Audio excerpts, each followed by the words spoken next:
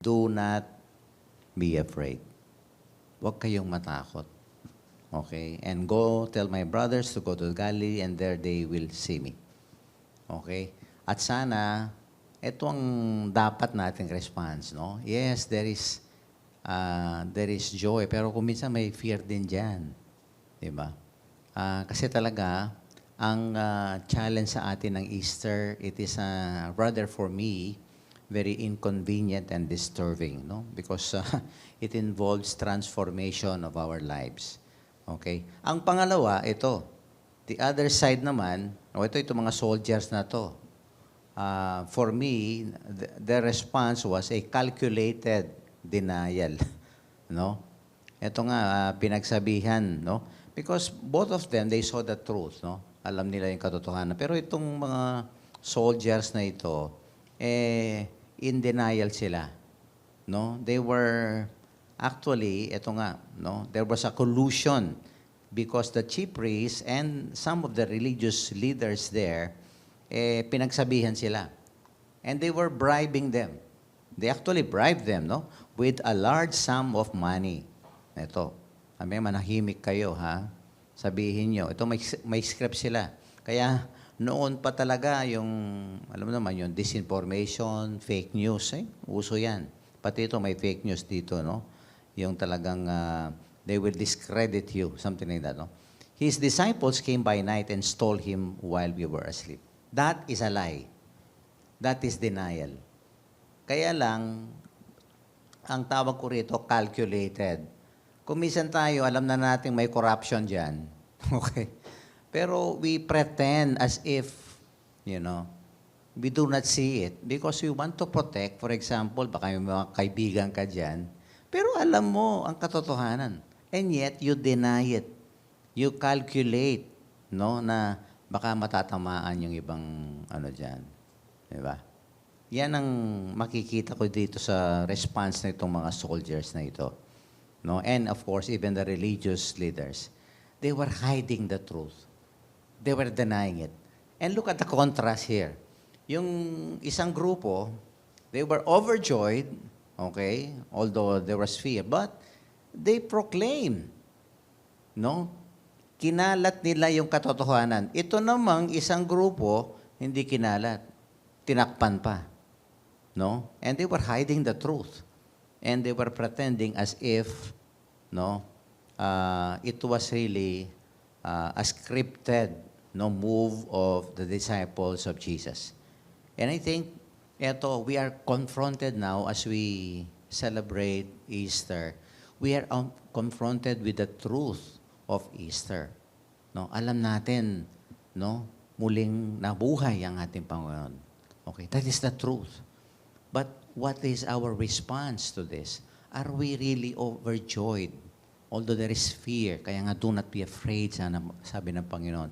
Because we are with Him along the way. He is with us. No? Are we overjoyed? Or, are we selling out the truth of Easter? No? In favor of personal convenience and advantage. Baka pinagbibili natin itong katotohanan na ito. Kasi ang katotohanan tungkol dito sa muling pagkabuhay ng Panginoon, tinatawag tayong magbago. Transformation.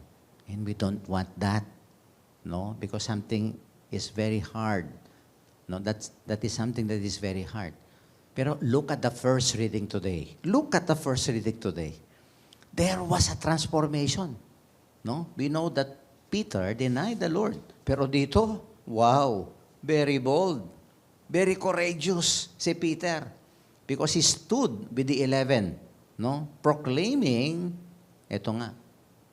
the resurrection of the Lord.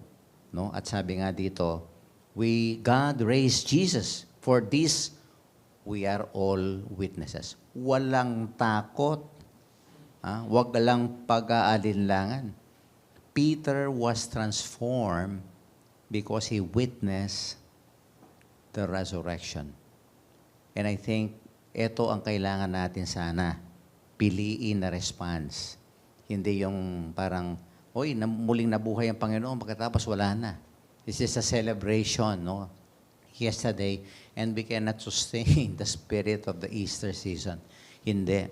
Kaya nga itong week na to, it is called, ano ba ito? Octave, di ba? Parang, it's a long Sunday, Easter Sunday, itong 8 araw na celebration na ito. Because we want, no, to Savior and at the same time, not only to capture, but to live the truth of Easter.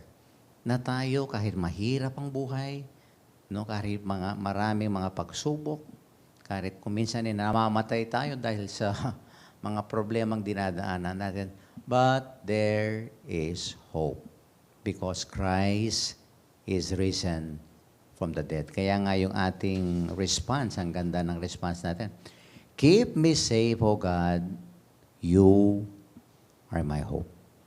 May pag-asa tayo. And let us rejoice over that.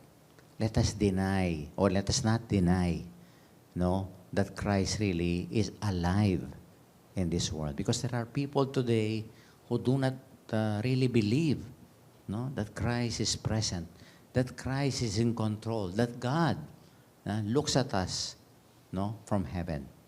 At ito ang ating ipinoproklama because we are Easter people. We are men and women of the resurrection. To end my homily, yesterday, after my Mass, no, at the cathedral, I was approached by a couple. No, nagsimba sila ng 6:30 Mass dyan. No? And I was really touched, no, because they held out my hand. Hinawakan ng kamay ko yung dalawang magkasawa. Sabi ng lalaki, Father, thank you for the Mass. Thank you.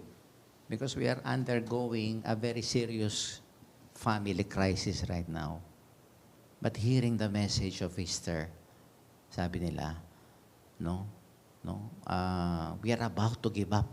We are about to surrender. But hearing that message, Father, nagbigay po ng ilaw, ng pag-asa sa amin. No?